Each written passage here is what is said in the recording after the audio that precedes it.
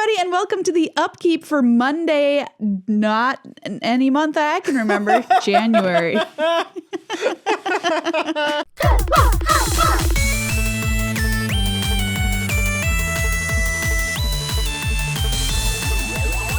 Hey everybody, welcome to the Upkeep for Monday, January 18th, 2021. That's right, it's all of the magic news you need in 10 minutes or less. The first news item this week is, of course, the league weekend that happened this past weekend for members of the MPL and the Rivals Leagues. That's right. These are some of the key ways for the members of these two leagues to accumulate points, which means that they can either stay in the MPL or Rivals, maybe move up into the MPL if they're in Rivals, or get relegated down if they're in the MPL. Yeah, so these tournaments are super important, and there's a whole bunch of them, so a lot of opportunity for players to earn points. And this weekend, they're battling in Historic. That's right. One of the top stories from the weekend was Paulo Vitor Damadorosa started out 9-0. Unbelievable. Well, hold on. Believable. It's Paulo. It is believable because it is Paulo, but literally unmatched across all of these weekends so far. Yeah, and Paulo remains in the leader spot for the MPL as well. He had been in the leader spot, holds on to that leader spot. He does. So three people, Seth Manfield, and Brad Nelson all got 10 wins. They went 10-2, which is just excellent. And then Gabriel Nassif, who was second going into the weekend, also got 9 wins. Wow. So he held on to that spot. And it's just wild because there's 3 points between Nassif and Seth. And if you're thinking about a round is only 1 point. Yeah, right. Like, that's absurd for Paulo and Nassif to have that much of a lead over the rest of the field right now. And it's super important, especially the top 4 slots, because those are the only people that don't have to fight for their lives to remain in the MPL. That's right. Everyone outside of the top 4 in the MPL gets sent to the Rivals Gauntlet. Yeah. Which means that they'll have to fight for their MPL spot back. Wow. So looking good for Paulo and Nassif, but still a lot of battling to be done in that league. How did the Rivals League shake out, Megan? So over in the Rivals League, coming into the weekend, Matt Sperling and LSV were tied for first. Yep. And Jacob Wilson was in third. All 3 of those people had bad weekends. Oh, uh-oh. It was the opposite story over in Rivals. I think Matt Sperling actually managed to salvage a pretty rough start and go 5-7. Sure. Luis went 4-7 because he had one open spot, because some of them have open spots from where we lost to Rivals. Okay, sure. That sounds bad. And poor Jacob Wilson got 1 win this weekend. No. So he's way down in this bunch of people grouped at I want to say 20th. Ugh. And Stan rough. Sifka, Zachary Keeney, and Ely Cassis all had really great weekends, and they're all up there. Stan is alone in first. Wow. And then Zachary, Matt Sperling, and Ely Cassis are all tied for second. Well, it shows how much activity can happen over one weekend of league play. It was pretty wild. It was a good weekend for some people, and you can really see that move them up the ranks. Yep. And then it was oh man, if you have a really rough weekend, the good news is, it's not even halfway through the season yet. Right.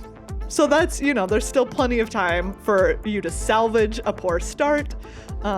Get some more points, possibly in split championships. That's the only other way to get points for these league outside of the league weekend. So what were the top decks that people brought to the table in Historic? Oh man, I mean, it is the same story that we've been seeing, which is Sultai Midrange, by far the top deck choice of the tournament. Okay. 33% of the field in the MPL, 41% of the field in Rivals. That is dominant. Yes, followed by Jund Sacrifice at about 25% and 20%, and then Gruul Aggro. It was really cool though. So this is so much of the field knew that Sultai Midrange was going to be one of the top decks. Right? And so Sultai Midrange, they were all battling it out in their sideboards, and even in their main deck was stuff like Doom Whisperer, which has become this staple now of Sultai because they're trying to get an edge over each other. Yeah, I guess Doom Whisperer is one way to do that. But so Paulo and Matt Sperling no, not Matt Sperling, sorry, Martin Yuza, who did really well in the weekend, also brought these hyper aggro Gruul decks. Great. I love it. They were like, do you know what? We're completely doing away with like any nonsense about being like Gruul mid-range. We're going hyper aggro to try and punish all these Sultai decks that are just getting bigger and bigger to come combat each other. Did it work? I mean, obviously, yes. Nice. Right? Like Paolo, we saw him go 10-2. Sacrifice is a bad matchup for that Gruul deck, so like that is where you saw it lose some points. Okay. And Martin Yuza went 9-3. All right, they cracked it. Yeah, they really did. Martin Yuza was playing, of all things, Maria, On Crop Crasher. Wow, I haven't thought about that card in 300 years. Exactly. But do you know what? It was added to Historic when we got Amonkhet remastered. And he was like, hey, what I need is hasty creatures. Yeah? So that even if they extinction event me, or even if they have one blocker, I can throw down this hasty crasher and get in some damage. Wow. You love to see it. So it really worked out well for them. Awesome. I was hoping to see some Boros Outlaws Merriment, which is a deck that I've been playing in Historic, but nobody decided to bring that. I don't know. They're probably all wrong. Yeah, you know, there weren't that many decks outside of the metagame, and I'm sorry, Maria, but the ones that were outside the metagame did terribly. Including Orzhov Auras, piloted by our friend Grzegorz Kowalski. Yeah. Thumbs down. Did very bad. Raph Levy tried to bring like this mono black aggro deck. Cool. That kind of has like a Death Shadow vibe where you're dealing yourself damage for Scourge of the Skyclaves. Yeah. Which is cool, but tanked miserably. Oh, that's too bad. Just did quite poorly. And a couple of other ones in there that was like, oh man, Historic right now does not have a lot of room for people to be outside the meta. Yeah, that's a good point. But hopefully Call Time will shake things up a little bit once it gets released on the 28th. Or maybe everyone's speculating, how much longer does Uro have? I know, that is the question. Are Uro's days yet numbered? We'll find out. I mean, speaking of bans. Yes. We have big news. Yeah, Fall from Favor is banned in Pauper. Get out of here. That's right. The quote from Daily MTG on this and the banned and restricted announcement is, quote, Magic Online league data and tournament results for the Pauper format have shown that the recent addition of Fall from Favor is having an adverse effect on the metagame. Serving as both a creature removal tool and a card advantage engine, Fall from Favor pushes out aggressive creature decks and places too much emphasis on a player becoming and remaining the monarch before opposing decks can prepare counterplay. You know, I gotta say something. That sounds like a mirror to society right now. Maybe they were like, look, this is a little too uncomfortable. They're like, oh, okay, we need to really get rid of this monarch nonsense up in here.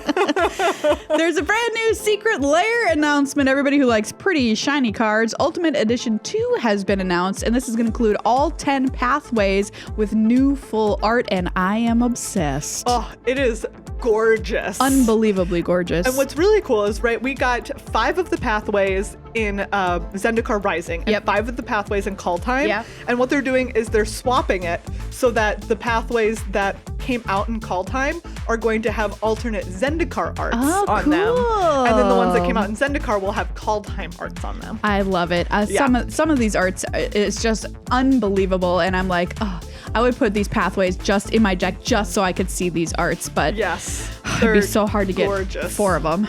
Yeah, and they are WPN exclusive, so that's Wizard Play Network stores, like the first Ultimate Master, or the Ultimate Edition. Sure.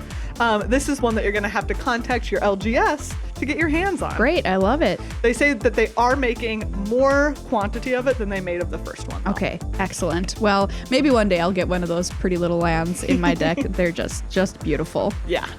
Tinkerer's Cube is now live on Arena. If you haven't got a chance to play it yet, check it out. Yeah. Put a lot of little cards together, make a really cool engine, or just play red-green and smash your opponent's face in. That certainly has been happening to me a lot. Sad face. Oh well, it's a new format while we all sit on our hands and wait for call time. That's right. Gabby Spartz is moving to full-time with Channel Fireball as their influencer manager. Yeah, so a lot of people wondering, what does this mean streaming for Gabby's stream. She had been one of the top Magic streamers for quite a number of years now.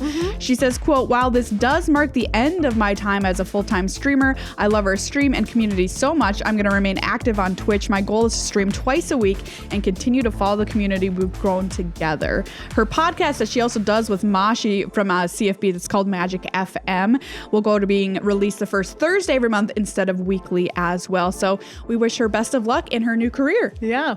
Wrapping it up with some really cool news. Wow, this is unbelievable. There's an Alpha Black Lotus rated a 10 and signed by Christopher Rush for sale on eBay. Wow, so this is like pretty unheard of to have that 10 rating plus Christopher Rush signature. Yes. The auction is currently live. It ends on the 27th of January. The last time an Alpha 10 sold on eBay was back in 2020. Last year. I mean, it's back. It's way back.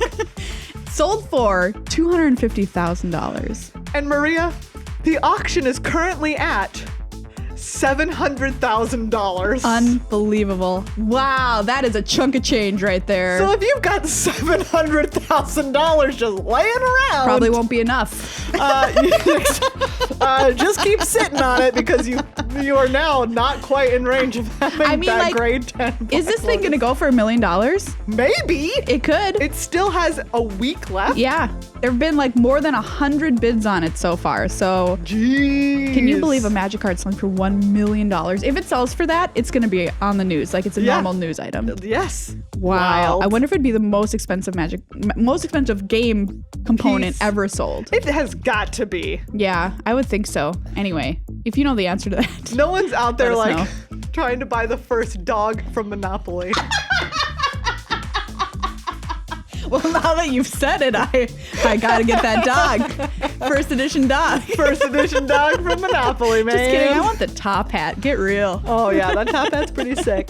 Anyway, that's all the Magic news we have for you this week. Thanks so much for hanging out. Check out our full-length podcast, Good Luck High Five, anywhere you find your podcast. And you can support this show, that show, and all of our other work over on patreon.com/GLHF Magic.